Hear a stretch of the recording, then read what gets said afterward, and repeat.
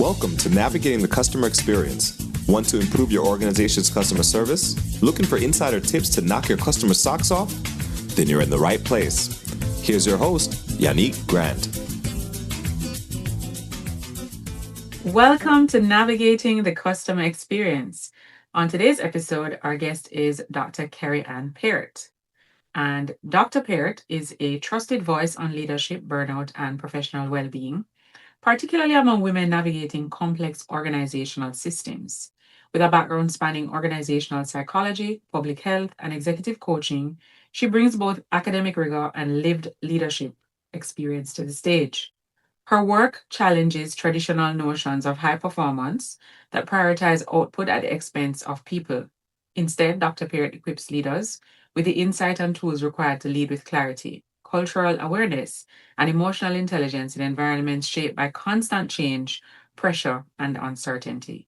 Known for her grounded presence and incisive perspective, Dr. Peart works with executives, managers, and professional women across the Caribbean and the diaspora. Her speaking engagements are reflective, direct, and deeply relevant, inviting leaders to rethink how success is defined and sustained. So without further delay, sit back, plug your earphones in, and let's jump right into this conversation with Dr. Peart. Welcome, Dr. Peart. Hello, how are you, Yanique? I'm doing well. Thank you for asking. How are you doing? Doing well. I was telling you the temperature kind of warm today where I am, but I'm good. Awesome. Now, we always like to give our guests an opportunity to share in their own words a little bit about their journey, how you got from where you were to where you are today. So I think like many folks in at least the diaspora, it is, you're born and raised in your home country, for me, Jamaica, and then it gets to the point where your parents say, well, you're a global citizen, time to go abroad and learn new things. And we're going to sort it out, right? So your parents do what they do and ship you across the ocean and you go to school elsewhere. So I did school and then career for over 20 years in the US and built my practice, my consulting and coaching practice based on my experiences as a Caribbean woman, a woman of color, moving through leadership experience in corporate America. So that is where a lot of what I help people through is built on. So having had those experiences that also included 3 cycles of burnout, my own health concerns and having to have surgery for certain issues, losing my mother to the overwork and overextension of things, seeing what my father has gone through. All of that has informed where I am today. And so that's why I do the work I do in the way I do it. Yeah. Awesome. So your journey has had some pain and suffering in it, and trauma. Oh, yes. Something that we don't, it's not something that we like to go through at all. No. Yeah. So, but unfortunately, it's a part of the journey that many of us have to face in this thing that we call life, right? Yes. So your work focuses a lot on burnout among leaders. Yeah. But for our audience, who are like customer experience professionals and business leaders, how does a burnout leader on the inside actually show up to customers on the outside? There are 2 ways I've seen, maybe 3, but 2 ways that I've seen leaders portraying themselves or received by customers. Even when they're going through burnout, you could either, as a customer, you could either see someone who appears that they have it all together. They're relatively pleasant and, they will engage you and, how you doing? I always want feedback from you kind of thing. So they maintain a relatively positive, what I like to say, facade, a mask of holding down the fort, as we say oftentimes, because you are the leader of this organization, the one who is the poster child most of the times for the organization. And so your brand has to be the extension of the organization's brand. So there are those that appear that way. And then I've seen the sour face leaders, right? Where We don't face like just those. we don't like those, right? They every time you see them, they look worn, they look annoyed, they are agitated, and it's kind of, why are you here yet again as a customer? Why do I have to deal with you? Didn't I just see you last week? What are you here for again? Type of energy and approach. And, that is reflective of just being human and beyond your point of keeping things together and keeping a smile on your face. So I've seen those two as kind of the stark opposites of each other. I would say there's a third in terms of like a dare I say, a gentle middle ground where that leader may show up in a relatively respectful way, and you can connect with them in a more flexible manner. So they may show up and be, yeah, today I'm not feeling so well, or today's not one of my best days, and I can't think, but how can I help you? How can we move through so and so? Where can I assist or get somebody else to navigate, And they seem to be quite open, but you can tell that there is a sense of being tired and sometimes a sense of just being tapped out. So I would say that is a rare moment to kind of see that leader to a level of vulnerability, really and truly, in that middle. That's actually what I was thinking about when you were speaking just now.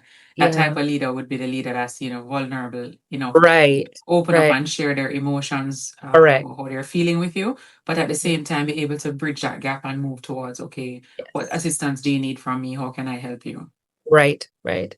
Yeah. So I would say by and large, most people know the two, they're always like chipper and smiling and hiding, that they're stressed out and things falling apart, or what you want, what is it that you want yet again? So Indeed. All right, awesome. Now, there's a saying that goes like this: happy employees create happy customers. So from your work in organizational psychology, what do you believe is the real evidence behind that connection, and what should leaders be doing about it? Sure. So happy employees to me translates to employees who feel competent in what they're doing. They're able to grow in their competence and kind of master skills. So they become very fluent in whatever the work is. Happy employees also signal a degree of positive capacity. So they're not stretched out, overworked, they're not under-resourced type of thing. So both competence and capacity for those employees, for me, defining a happy employee is what I look at, the competence and capacity.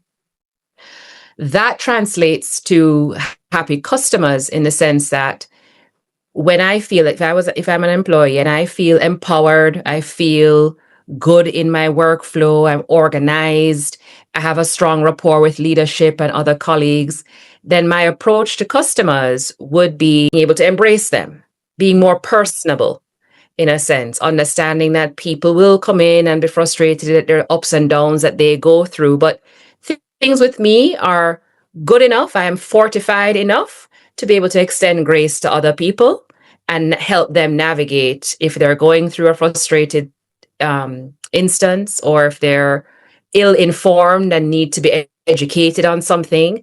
There is more grace from happy employees to then create these happy customers. Yeah. Amazing. Thank you so much for sharing that. Sure. All right. Now, your work extensively is across the Caribbean, right? According to what your bio stated just now, and the diaspora. And of course, what you shared in terms of your journey. How does cultural awareness shape the way leaders should be managing their teams, and how businesses should be serving diverse customer bases? This is something that I have been grappling with since I've come back to the region and doing work. And we have a way of sticking to this kind of, well, this is how we've always done it. This anchored, right? This anchored bias is what it is, right? Because this is how it used to go. It worked. We're going to continue doing it, even though right now it's not so much working. we're still going to continue doing it. And I implore leaders to consider increasing both competency and capacity in that space of cultural awareness, because our region specifically is so open. We're a very open set of countries in the Caribbean. People come here for all sorts of things, not just business. And so a customer's experience in the Caribbean is very culturally driven because they come here for a cultural experience. So your level of cultural awareness has to now move beyond just what you know as you're brought up, say, as we say, from Jamaica, right? What you were raised knowing. But now you have to engage on a more conscious global scale and understand that the cultures that are coming in to your space don't necessarily do things the way you do them, or they may not be aware of certain things the way you're aware. And so every exchange becomes a cross-cultural education. True. And it is exhausting. Don't get me wrong. It is exhausting. And I have seen where leaders get to the point in certain spaces where they're like, look, these tourists that keep coming in, or these customers that keep coming in this space, don't they know already that this is how so and so stay? This is how we do things, where they can't just understand. Every encounter is an encounter for education.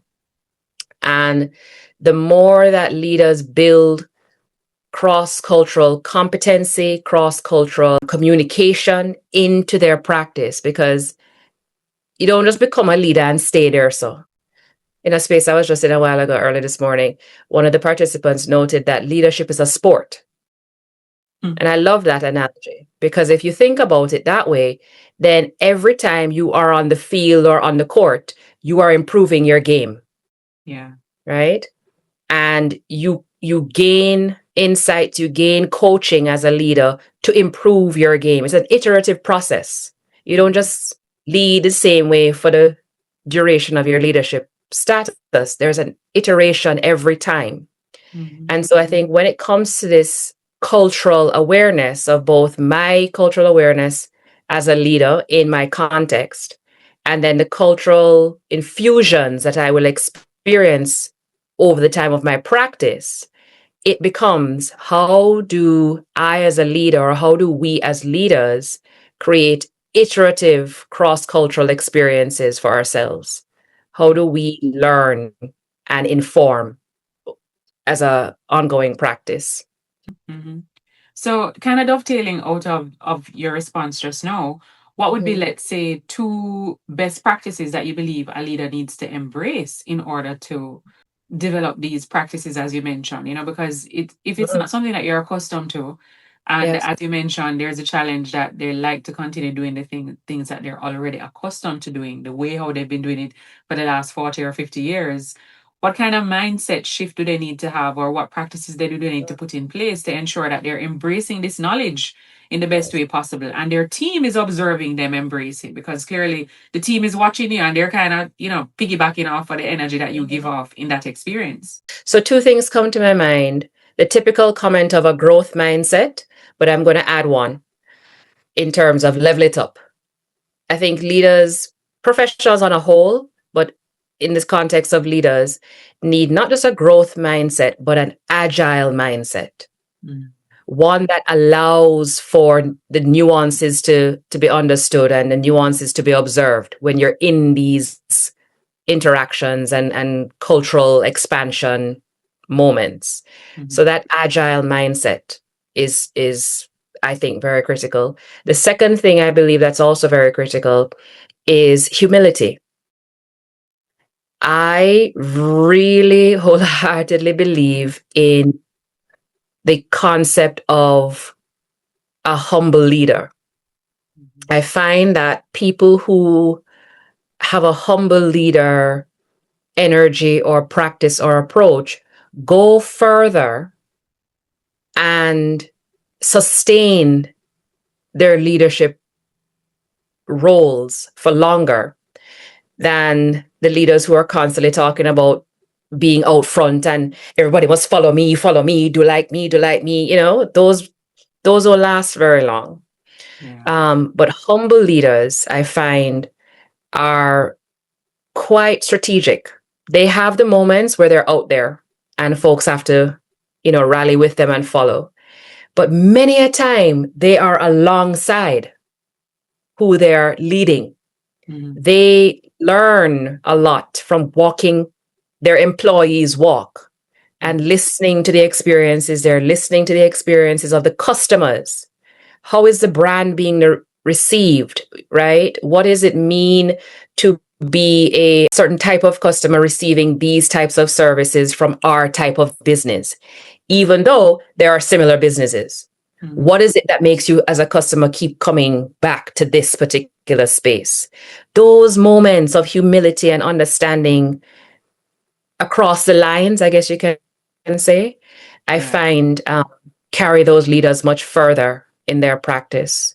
So agile mindset and humility, I would say, are the All two. right. Awesome. Thank you so much. All right. So our listeners have been tapping into this episode and they're quite intrigued with all the things that you're sharing. And they want to learn some more. So one of our recurring questions that we typically ask on our podcast is, what's the one online resource, tool, website, or application that you absolutely cannot live without in your business? What? Goodness gracious. That I absolutely cannot do without in Yeah, something you use business. every day. If you You didn't know have it, what? you would be. Yeah, my Google Calendar. Listen to me. Listen, I'm a recovering A-type personality, right? Mhm. And for those who don't know A-type, meaning we always have to be in control. We love Mm. organize and knowing what's coming and putting things together. That's generally the A-type personality. So I'm recovering from that and relinquishing control to other things and people, right? So my calendar is something that I highly, highly, highly depend on. Mhm. And I greatly appreciate and respect it because the Google one at least allows me to separate things from, events, appointments versus tasks, and then the reminders that I can set. So I get the control of being organized, but having it somewhere else to keep me accountable. So Nice. it works rather well. Yeah. And All of right. course the color coding is great.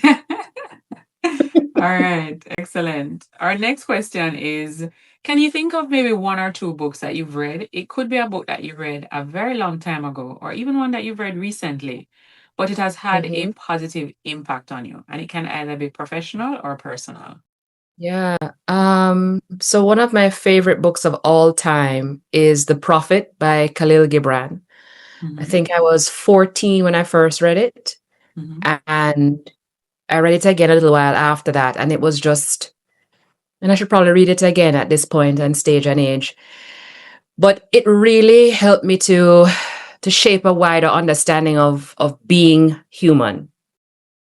And when I say I emphasize the being part because a lot of us are doing human and not being human. Mhm. And the book, it's poems really. It's written in a very light way, but it's talking my interpretation of it that I took away then and even now that I'm thinking about it is being present. Very much your presence and how your presence impacts the presence of other things around you and how you receive the presence of other things around you. So that then you interpret things like love and how you show up in work and how you show up in marriage and raising children and all that. Very presence aspect of those phases and stages of life. Another book that, so two others are competing in my mind. And the two that are competing are the 48 Laws of Power Yeah, and The by Power of Robert Now. Greene. Yes, Nice. read 48 Laws of Power and then The Power of Now by Eckhart Tolle. Yeah. Uh, so those other two are competing They for gave us second. three. We got a little bonus. Yes. A little burrata, as they say in Like a Jamaica. burrata, as we would say. Yes. Yes. Yes. Awesome. So So we'll have the links to those those books in the show notes of this episode for those of our listeners that would like to good. tap in. All right. Good. Good. Now, we'd also like you to share with us, Dr. Peart, for some of our persons that are listening who feel like they're Mhm. constantly running on empty, but they still feel responsible for delivering a great customer experience and leading their team. What's the Yeah. one shift in mindset or practice that could change everything for them? If they listen to this episode and when they come off, that one thing you give them will give them the, that oomph that they need to change how they're feeling. Mm-hmm. Get a strategy or have a strategy. I think a lot of us are in our professional roles, but particularly customer experience roles, in my observation thus far, are very much into it has to be right. It has to be, packaged well, it shows up well, all of that kind of thing, so that the customer is always pleased. My thing is, yes, and the and is, what is your strategy, your bar for your own satisfaction and fulfillment in what you're doing? Because if you first are satisfied and fulfilled in what you're doing, then automatically everything you produce, pretty much automatically, will be good for others to consume or experience. And so I move away from the side of people in customer experience being yes people. I do not believe that all customers are right. Some customers are very nasty people and rude out of this world. However, if you have a personal strategy, your level, your standard, if you have a personal standard and strategy around that standard that keeps you whole, that keeps you safe, then the experience you create for others will be safe and whole as well. So I think that is something to really So think like about. everything starts with you. Yes. Yeah. Starting with, yeah. Awesome. All right. Okay, so Dr. Peart, our listeners would have tapped into this episode and they're quite intrigued with all of the amazing things you shared with us today. And they would like to connect with you online. Where is the best place that they can find you online? Yep. So the best place would be LinkedIn. That's where I spend the majority of my time. So they can just search for Kerriann Peart on LinkedIn, chat with me there, or just follow me, whichever one. But if they wish to connect with me directly, they can always email and we'll get back to them via email. And I will share that with you as well as my website. So peartconsulting.org. Awesome. All right. Now, when you think about all of the activities and initiatives that you're currently involved in, I know you mentioned at the beginning of our interview that you recently moved back to the Caribbean.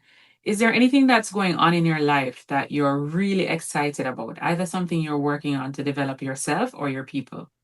Yes. So I have done a very, very soft launch of another business, I guess you can call it, another line of business, where I lean more into coaching women, Caribbean women, and women of color are welcome as well. But as a Caribbean woman, I'm focusing on my sisters who are also Caribbean women who are navigating their leadership experience, their professional experience. And so that is my island rooted space. And so that is something new that is coming out. And I'm very excited about it because it gives me an opportunity to pour into fellow women.